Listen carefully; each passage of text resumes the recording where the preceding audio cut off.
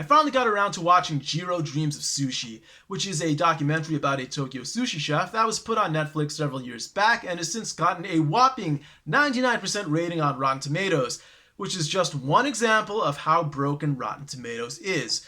Yes, between a single thumbs up and a single thumbs down, I like the movie. I would definitely give it a single thumbs up. And at the same time, it's not 99 out of 100 good. It's just really hard to imagine like people not giving this a thumbs up because it is kind of interesting and there's really nothing offensive or bad about it.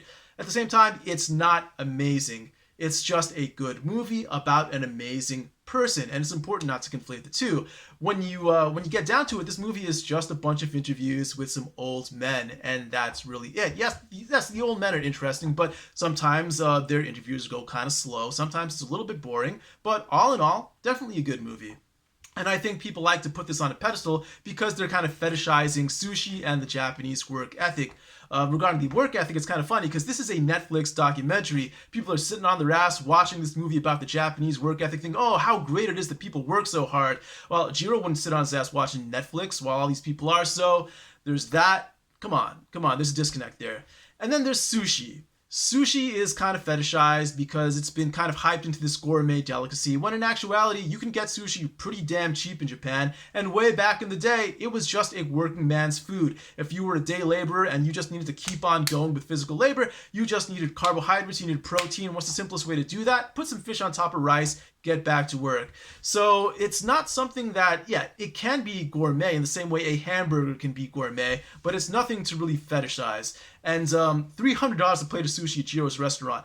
Come on, even if he is the best of the best, and I'm willing to believe that he is, most people, and this includes Japanese people who eat sushi somewhat regularly, most people cannot tell the difference between a $300 plate of sushi and a $100 plate of sushi. Just not going to happen unless you're either really, really rich or you're a food critic.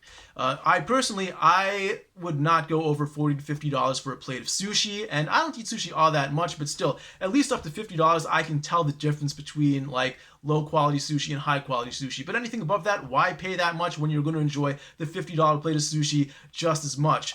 In fact, my brother, when he came to Japan a few years ago, he went to Jiro's restaurants. He loved it, don't get me wrong, but then a few days later, we went to Kyoto together. The hotel we were staying at, right across the street, there was a kaiten, like a revolving sushi restaurant, which is kind of cheap sushi. We went there together, he ate his fill, he loved that too.